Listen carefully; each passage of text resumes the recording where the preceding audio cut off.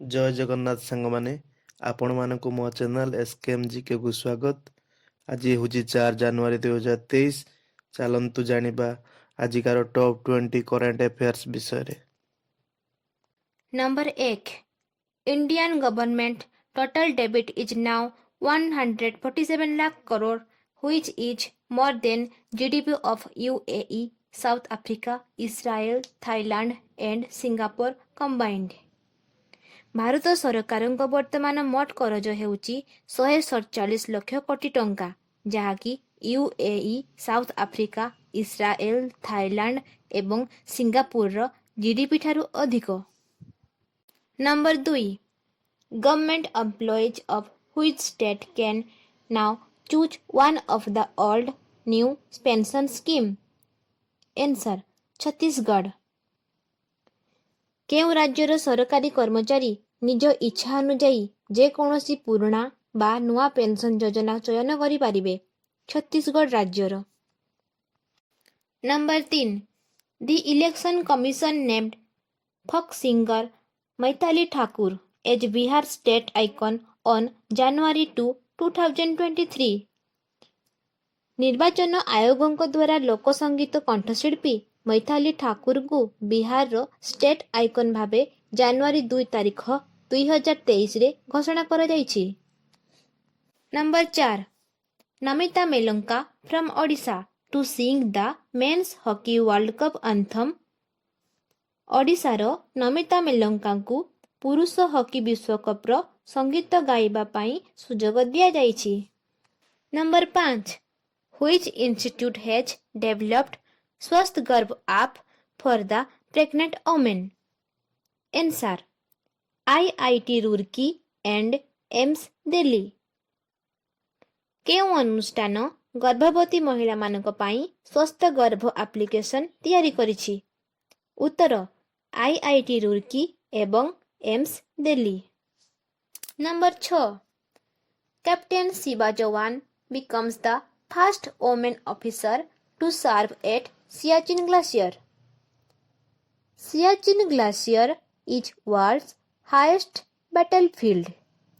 She hails from Rajasthan. ରାଜସ୍ଥାନର ମହିଳା officer captain Shiva Chauhan ଭାରତର ପ୍ରଥମ ମହିଳା ଭାବେ ସିଆଚିନ୍ ବରଫାଞ୍ଚଳରେ ନିଯୁକ୍ତ ହୋଇଛନ୍ତି। Number 7. In hockey, Madhya Pradesh defeated which team to clinch Khelo India Youth Game 2022 Men's Under 18 qualifiers title in Bhubaneswar? Answer. Odisha. ଭୁବନେଶ୍ୱରରେ ଆୟୋଜିତ ହୋଇଥିବା Khelo India youth game 2022 men's under 18 hockey ଖେଳରେ ମଧ୍ୟପ୍ରଦେଶ କେଉଁ ଦଳକୁ ହରାଇ ବିଜୟ ହୋଇଥିଲା? Odisha. Number 8. Recently, which country's government has recognized e-sports as a part of multi-sports events? ନିକଟ ଅତୀତରେ କେଉଁ ଦେଶର ସରକାର ଇ-ସ୍ପୋର୍ଟସକୁ ମଲ୍ଟି ସ୍ପୋର୍ଟସ୍ ଇଭେଣ୍ଟସର ଅଂଶ ଭାବେ ମାନ୍ୟତା ଦେଇଛନ୍ତି? ଆନ୍ସର. ଇଣ୍ଡିଆ। ଭାରତ ସରକାର। Number 9. 126-year-old St. Luke's Church has been restored in which city and reopened after 35 years? କେଉଁ ସହରରେ 126 ବର୍ଷ ପୁରୁଣା ସେଣ୍ଟ ଲୁକ୍ ଚର୍ଚ୍ଚର ପୁନରୁଦ୍ଧାର କରିବା ସହ 35 ବର୍ଷ ପରେ ପୁଣି ଥରେ ଖୋଲାଯାଇଛି? ଶ୍ରୀନଗର ସହରରେ। Number 10. Japan is offering families 1 million yen per child to leave Tokyo. Tokyo is world's most populated city. Tokyo ସହର ପରିତ୍ୟାଗ କରିବା ପାଇଁ ଜାପାନ ସରକାର ପରିବାରର ପ୍ରତ୍ୟେକ ଶିଶୁ ପିଛା 1 ମିଲିୟନ ୟେନ୍ ପ୍ରଦାନ କରୁଛନ୍ତି, କାରଣ ଟୋକିଓ ବିଶ୍ୱର ସବୁଠାରୁ ଜନବହୁଳ ସହର ଭାବେ ପରିଗଣିତ ହୋଇଛି। Number 11. 5G service in Odisha before 2023 Republic Day said by Ashwini Vaishnaw.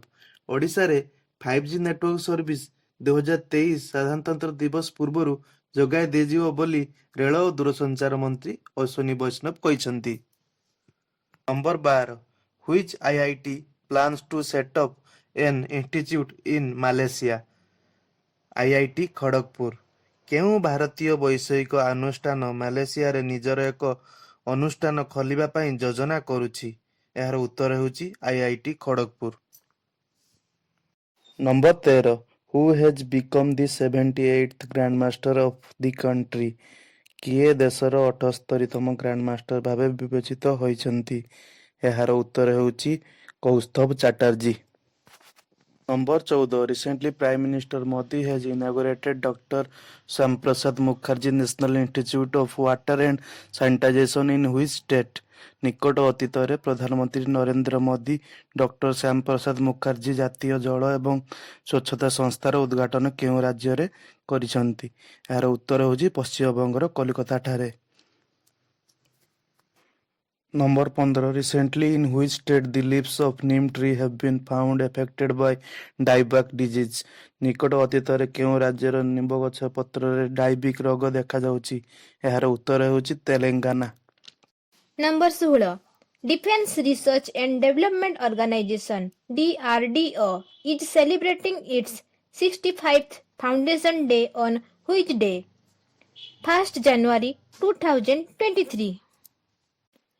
ରକ୍ଷା ଅନୁସନ୍ଧାନ ଏବଂ ବିକାଶ ସଂଗଠନ DRDO କେବେ ନିଜର 65ତମ ପ୍ରତିଷ୍ଠା ଦିବସ ପାଳନ କରିଛି? 1 ଜାନୁଆରୀ 2023ରେ। Number 17. When has Global Family Day been celebrated recently? Answer 1st January. ନିକଟ ଅତୀତରେ ବିଶ୍ୱ ପରିବାର ଦିବସ କେବେ ପାଳିତ ହୋଇଥିଲା? ଉତ୍ତର ଜାନୁଆରୀ 1 ତାରିଖ ଦିନ। Number 18. Recently, which state has launched Bals Nahi Buses as initiative to rehabilitate street children? ନିକଟରେ କେଉଁ ରାଜ୍ୟ ରାସ୍ତାକଡ଼ ପିଲାମାନଙ୍କ ଥଇଥାନ ପାଇଁ ବାଲ୍ସ ନାହିଁ ବସେସ୍ କାର୍ଯ୍ୟକ୍ରମ ଆରମ୍ଭ କରିଛି?